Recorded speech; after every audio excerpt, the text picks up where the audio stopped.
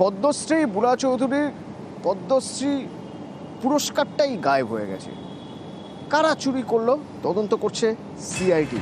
কামারাটির ওই বাড়ি ফাঁকাই থাকে, সেখান থেকে চুরি হয়ে গেছে এই সম্মান, অর্থাৎ এই পদক। ওর সঙ্গে রানা রয়েছে সরাসরি। রানা, একটু বোঝার চেষ্টা করবো প্রথমে যে কোন কোন দিকগুলো খতিয়ে দেখা হচ্ছে। বাড়ির আশপাশে কোনো ক্লোজ সার্কিট ক্যামেরা রয়েছে কিনা, বা বাড়ি কতদিন ধরে বন্ধ ছিল, আশপাশের বাড়িতে যারা থাকেন তারা কিছু বলতে পারছেন?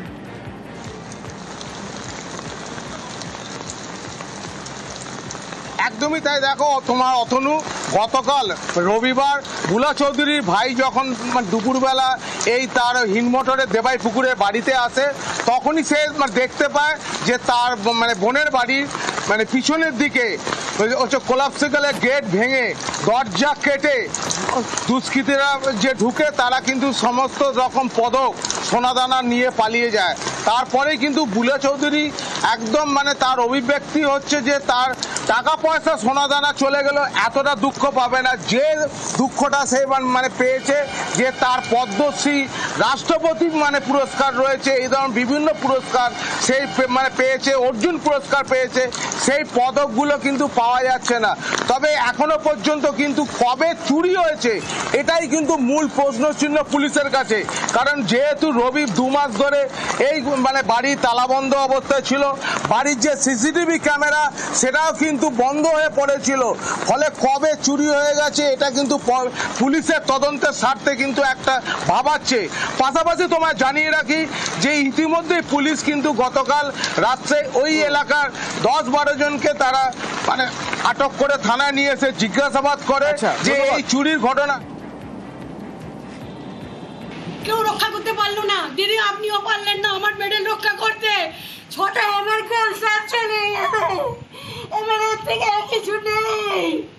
আমি ভেঙে পড়ে মেয়ে নয়, কিন্তু আমার মেডেলগুলো আমার সম্পদ। আমার বুক ফাঁকা হয়ে যাচ্ছে, আমার মেডেলগুলো নেই। দিদি আপনি রক্ষা করুন, আমি পুলিশের উপর আমার ভরসা রাখতে পারছি না। আপনি কিছু করুন, আমার 2বার চুরি হয়েছে।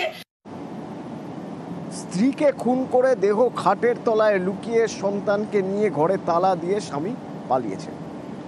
আসানসোলের জামুরিয়ার ঘটনা। আসানসোলের জামুরিয়া এই ঘটনায় রীতিমতো চাঞ্চল্য ছড়িয়ে পড়েছে। ঘরের তালা ভেঙে দেহ উদ্ধার করেছে পুলিশ, কিন্তু বৈদ্যনাথ পাত্রর কোনো হদিশ এখনো পর্যন্ত মেলেনি।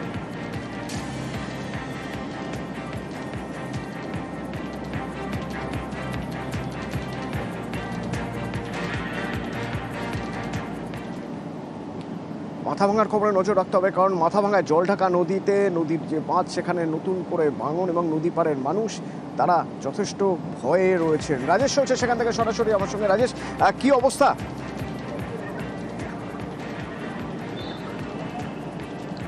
দেখো অতনু, মাথাভাঙা 1 ব্লকের কেতারহাট গ্রাম পঞ্চায়েতের ইন্দেরকুটি এবং গিলাডাঙ্গা এলাকায় কিন্তু নতুন করে নদী ভাঙন শুরু হয়েছে।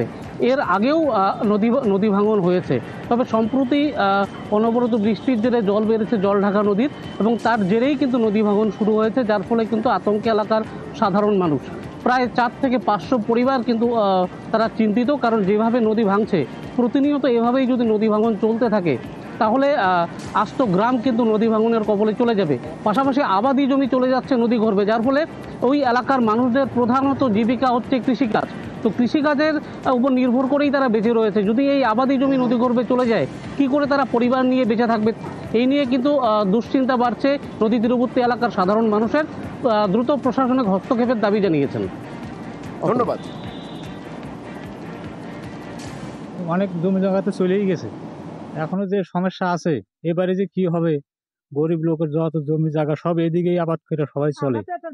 এই চাষের জমি তো যাচ্ছে আস্তে আস্তে, যে এবার যে ভাঙন আছে এখনো ভাঙতে এসে, আরো জল হলে আরো ভাঙবে, বাড়ির দিকে রওনা হচ্ছে। যারা চাষি আছেন তাদের কৃষি জমি বেশিরভাগটাই ক্ষতি হয়ে যাবেন। তার মধ্য থেকে যেভাবে ভাঙনটি আছে তাতে ইন্দ্রকুটি গ্রামটি হয়তো ভবিষ্যতে এটা থাকবে না আর কি।